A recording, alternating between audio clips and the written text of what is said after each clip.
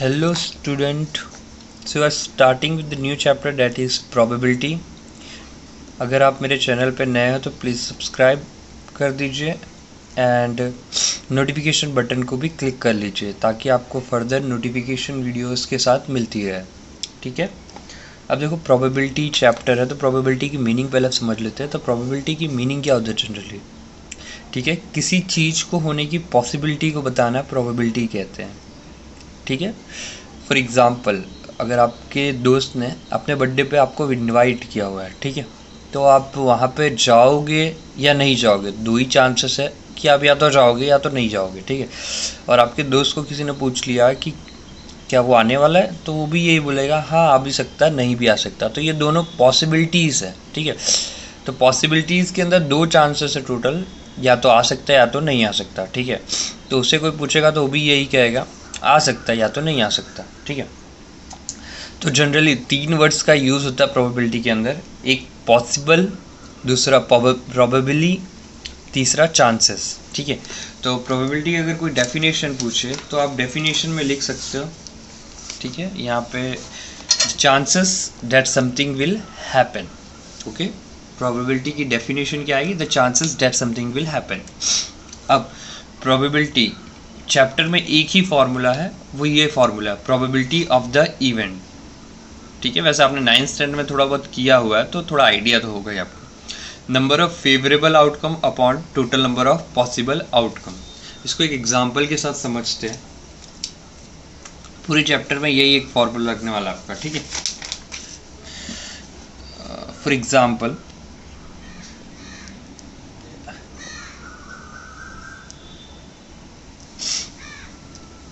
if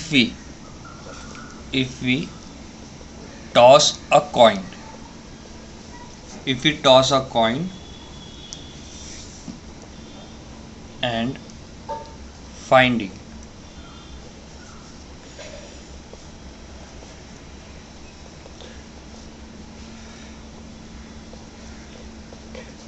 of getting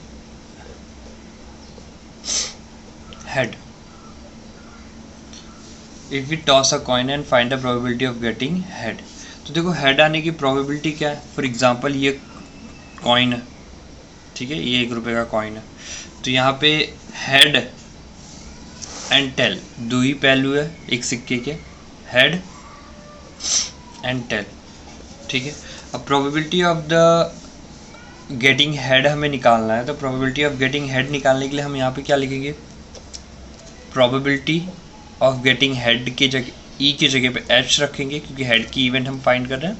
ठीक है, अब यहाँ पे देखो फेवरेबल आउटकम क्या होता है? यही फेवरेबल आउटकम है कि हमारा एच आ सकता है। वो कितने चांसेस? तो यहाँ टोटल 2 चांसेस है और उसमें हेड आने के चांसेस क्या है? एक बार। तो यहाँ पे हम 1 रखेंगे और टोटल कितने चांसेस है? 2। तो यहाँ पे हम क्या रखेंगे? 2। तो ये आपकी हो गई प्रोबेबिलिटी ऑफ गेटिंग हेड्स। अगर उसी तरीके से कोई पूछ ले प्रोबेबिलिटी ऑफ टेल क्या है, टेल क्या है, तो प्रोबेबिलिटी ऑफ टेल क्या है? यहाँ पे देखो दोनों की इवेंट में टेल एक बार आ सकता है। अगर एक बार हम टॉस करते हैं सी कॉइन को तो या तो टेल आएगा या तो हेड आएगा। तो टेल आने के चांसेस एक ही बार है। ठीक है, एक बार अगर टॉस होता है तो, और टोटल चांसेस क्या? 2। तो अगेन ये हो गया आपका प्रोबेबिलिटी ऑफ हेड और प्रोबेबिलिटी ऑफ टेल मिलने के चांसेस जब एक बार सिक्का हमने टॉस किया तब। यहाँ पे एक जो हेड के लिए आ रहा है वो हमारा फेवरेबल आउटकम है और 2 total number of possible outcomes हैं। ठीक है, और यहाँ पे अगेन टेल का अगर पूछा जाए तो यहाँ पे फेवरेबल आउटकम क्या है? 1 है क्योंकि टेल एक ही बार आ सकता है, और total number of chances 2। Okay, I hope यहाँ तक समझ में आया होगा। तो आगे देखते हैं। देखो और कुछ बेसिक टर्म्स है वो हम देख लेते हैं, उसके बाद एग्जाम्पल स्टार्ट करेंगे। ठीक है, एलिमेंट्री इवेंट क्या होती है? एलिमेंट्री इवेंट इन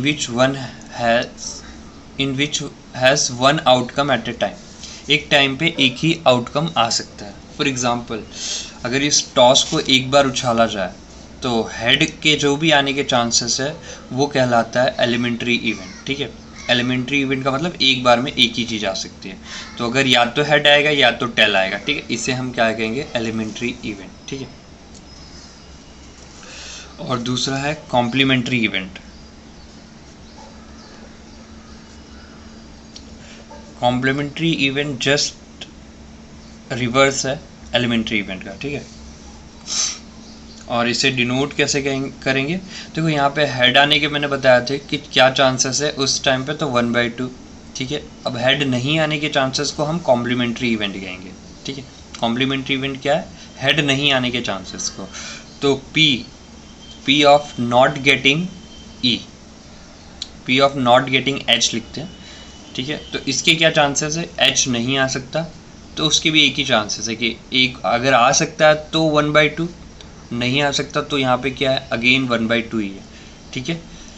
और इसे डिनोट करने के लिए हम यूज़ करते हैं P बार ऑफ H, ठीक है, नहीं आने के। तो अगर कोई पूछे नॉट गेटिंग हेड, तब हमें ये अप्लाई करना है, ठीक है।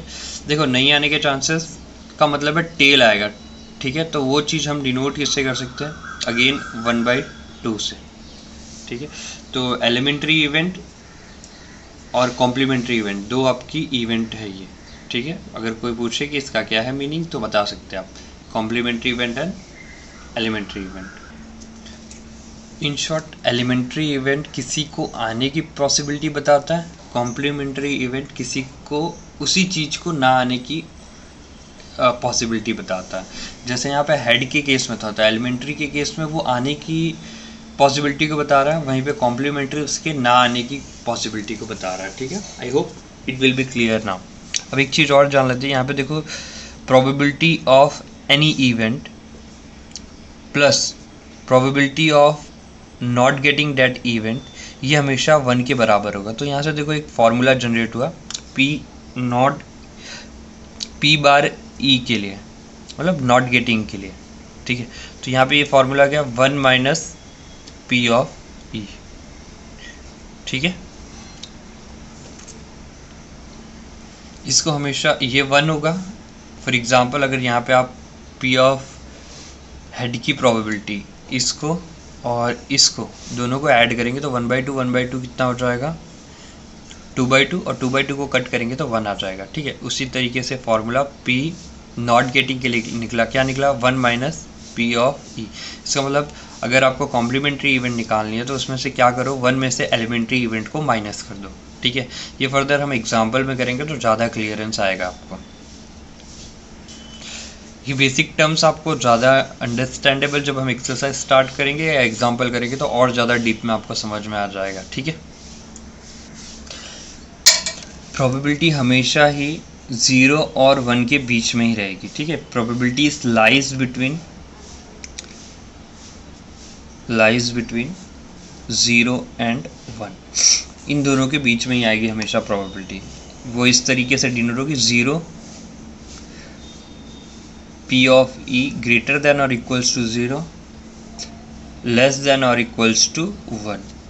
दैट मीन्स 0 और 1 के बीच में ही हमारी प्रोबेबिलिटी आएगी। जैसे कि इसके पहले वाला एग्जांपल हमने देखा था, अगर एग्जैक्टली P ऑफ H का हम निकालने जाए तो यहाँ पे क्या बता सकते हैं, 1/2 की वैल्यू क्या आती है, 0.5। ये किसके बीच में आता है, 0 और 1 के बीच में, ठीक है। यहाँ पे P ऑफ टेल निकाला था, हम इसको लिख सकते हैं 0.5 अगेन, ठीक है। 1/2 का मतलब 0.5 होता है, ठीक है। तो प्रोबेबिलिटी हमेशा ही हमारी किसके बीच में आएगी, 0 और 1 के बीच में, ठीक है। कोई भी नंबर हो सकता है, फॉर एग्जांपल 0.1, 0.2, 0.3, 0.4, 0.9, ये सारे नंबर्स एग्जांपल के तौर पे, ठीक है। ये कुछ भी बीच में आ सकता है, बट प्रोबेबिलिटी लाई जो करेगी वो 0 और 1 के बीच में ही हमेशा करेगी, ठीक है। और 3 टर्म और है, वो हम देख लेते। श्योर इवेंट और सर्टन इवेंट, ठीक है। ये सब जानना इसलिए जरूरी है ताकि अगर कोई आपको पूछे तो आप बता सकते हो। श्योर इवेंट और सर्टन इवेंट, और का मतलब ये दोनों एक ही चीज़ है, ठीक है। श्योर और सर्टन। श्योर का मतलब क्या होता है, जो कंफर्म हो कि वो होगा ही होगा, ठीक है। यहाँ पे श्योर का मतलब क्या है, जो कंफर्म है, ठीक है। श्योर इवेंट और सर्टन इवेंट को समझने के लिए एक डाई लेते हैं, ठीक है। डाई आपको पता है वो लूडो की गोटी के ऊपर जो नंबर्स रहते हैं 1, 2, 3, 4, 5, 6, अप टू 6 रहता है, ठीक है। डाई में जो भी नंबर्स आते हैं वो 6 आते हैं, ठीक है। अब श्योर इवेंट को समझने के लिए हम एग्जांपल लेंगे, ठीक है। फॉर एग्जांपल अगर कोई पूछे कि अगर 7 से कम आने की प्रोबेबिलिटी डाई के ऊपर क्या है, तो वो श्योर इवेंट कहलाएगी। क्योंकि देखो सारे नंबर 7 से कम है, 6, 5, 4, 3, 2, 1, ये सारे नंबर क्या है, 7 से कम है। तो यहाँ पे श्योर इवेंट क्या हो जाएगा, probability of getting E, that means 6 condition में क्या हो जाएगा हमारा कि 7 से कम ही आने वाला है, और टोटल पॉसिबल आउटकम्स कितने हैं, 6। तो यहाँ पे ये 1 जो आ गया ना, ये हमारा श्योर इवेंट कहलाएगा। श्योर इवेंट का मतलब प्रोबेबिलिटी ऑफ ई जो आएगा वो हमेशा कितना आएगा, 1 के बराबर आ जाएगा, ठीक है। इसे ये एग्जांपल में देखते टेक्स्ट बुक में।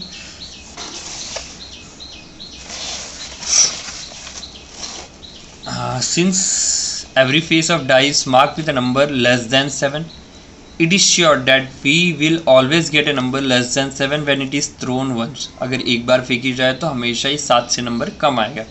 So the number of favorable outcome is the same as the number of all possible outcome.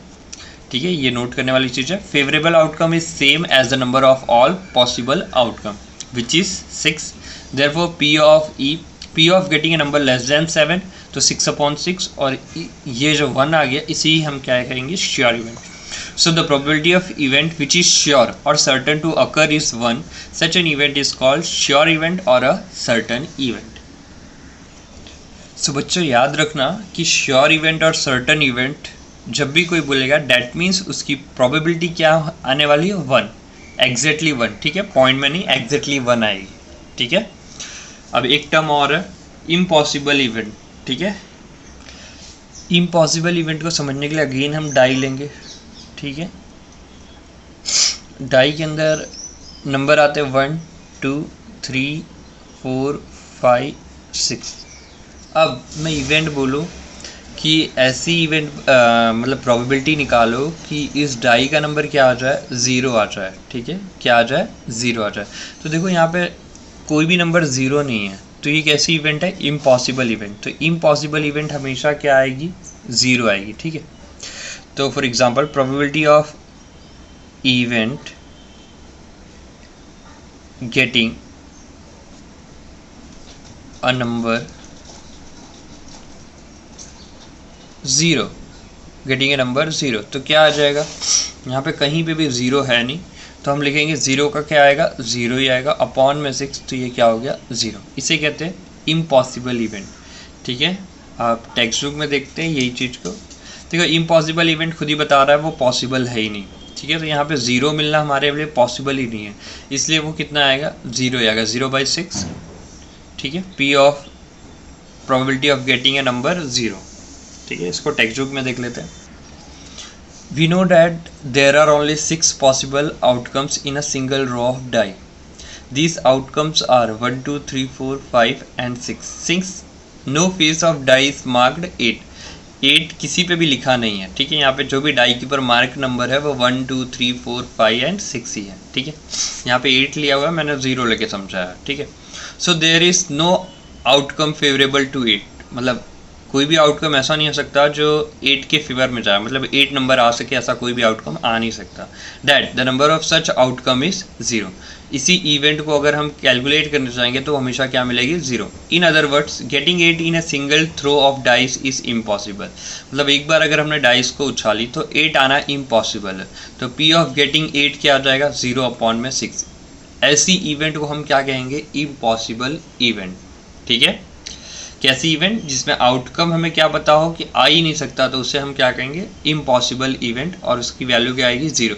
जैसे कि अभी श्योर इवेंट में क्या आई थी, 1 वैल्यू आई थी। ये चीज़ें याद रखना है आपको, ठीक है। thus that is the probability of event which is impossible to occur is 0. Such an event is called impossible event. तो हमने टोटल 2 अभी कंप्लीट की, sure event and impossible event. Sure and impossible event, sure event का और एक नाम है क्या है, सर्टेन इवेंट, ठीक है। यहाँ तक ये सब बेसिक था। आई होप आप लोग को समझ में आएगा। नहीं समझ में आता आप कमेंट करिए वीडियोस के नीचे, ताकि मैं आपको और क्लियरली समझा सकूँ ये चीज़ें। एक बार सारी चीज़ें रिविजन्स कर लेते हैं। हमने प्रोबेबिलिटी की डेफिनेशन देखी, the chance that something will happen.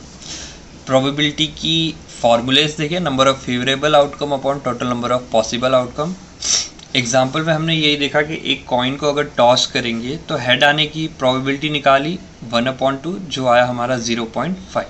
वहीं पे टेल, देखो हेड आने की प्रोबेबिलिटी का मतलब कॉइन को हम एक बार टॉस कर रहे हैं, ठीक है। कॉइन को अगर एक बार टॉस करोगे या तो हेड गिरेगा या तो टेल गिरेगा।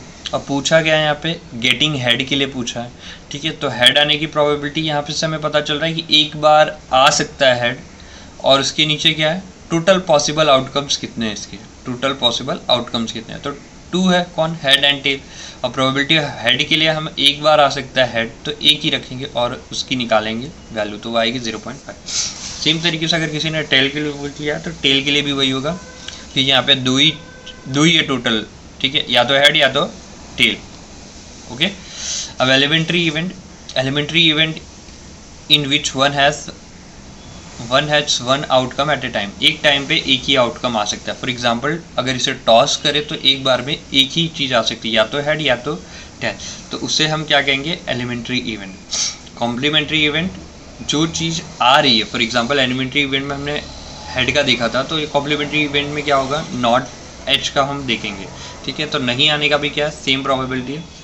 अगर एलिमेंट्री इवेंट और कॉम्प्लीमेंट्री इवेंट और ज़्यादा अच्छे से समझना चाहते हैं तो एग्जाम्पल और एक लेते हैं। फॉर एग्जाम्पल एक जार है, इसके अंदर रेड बॉल है, ब्लैक और ये येलो, ठीक है। रेड, ब्लैक, येलो, ठीक है, ये सब क्या है, बॉल्स हैं इस जार के अंदर में, ठीक है। अब आंख बंद करके आपको एक निकालना है बॉल, ठीक है। क्या करना है आपको, आंख बंद करके निकालना है, ठीक है। तो प्रोबेबिलिटी ऑफ, अगर रेड पूछा जाए एलिमेंट्री इवेंट की तरफ से तो एक आएगा, ठीक है, एक बार आ सकता है। अगर मैंने आंख बंद किया और हाथ डाला तो एक बार चांसेस है कि रेड आ सकता है, बट टोटल पॉसिबल आउटकम्स कितने हैं, 1 2 3, तो यहाँ पे ये 3 हो जाएगा, ठीक है। तो एलिमेंट्री इवेंट क्या हो गई, 1/3 आ गई, ठीक है। सेम तरीके से ये क्या है, एलिमेंट्री इवेंट है, ठीक है। एलिमेंट्री इवेंट एक बार रेड आ सकता है। सेकेंड, अगर यहीं पे पूछा जाए कि ब्लैक के आने के एलिमेंट्री इवेंट क्या है, तो P ऑफ B लिखेंगे ब्लैक के लिए, और अगेन एक बार आ सकता है। अगर दोबारा मैंने हाथ डाला, रेड को वापस रख के दोबारा हाथ डाला, तो प्रोबेबिलिटी ऑफ ब्लैक क्या आ सकता है, 1, और टोटल अभी भी पॉसिबल आउटकम्स कितने हैं, 3, ठीक है। और येलो को अगेन वो बॉल रख दिया और वापस से येलो को, ठीक है, तो ये भी क्या है, 1/3। दैट मीन्स एलिमेंट्री इवेंट इन सब की 1/3 1/3 1/3 ही आएगी, ठीक है। अब वहीं पे complementary event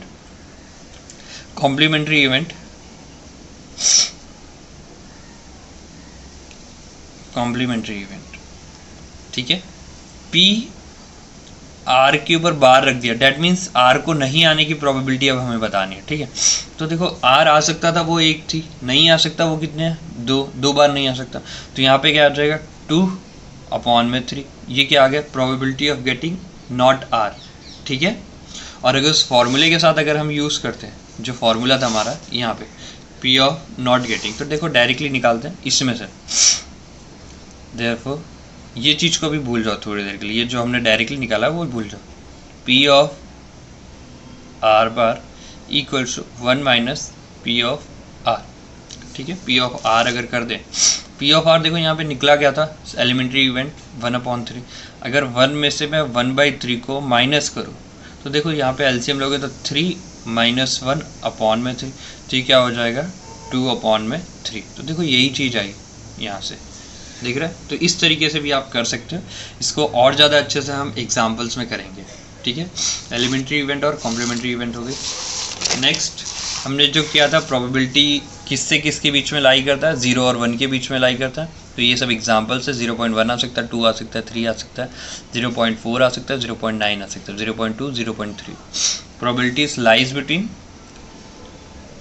probability is greater than और इक्वल्स टू 0 और लेस देन और equals to 1। Okay, sure event, जो इवेंट हमें पता है जिसकी वैल्यू क्या आ जाए 1 आ जाए, ठीक है, उस इवेंट को क्या कहेंगे श्योर इवेंट। इम्पॉसिबल इवेंट, जो इवेंट पॉसिबल ही नहीं है और जिसकी वैल्यू क्या आएगी P ऑफ E क्या आएगा 0 आएगा, तो उस इवेंट को हम क्या कहेंगे इम्पॉसिबल इवेंट।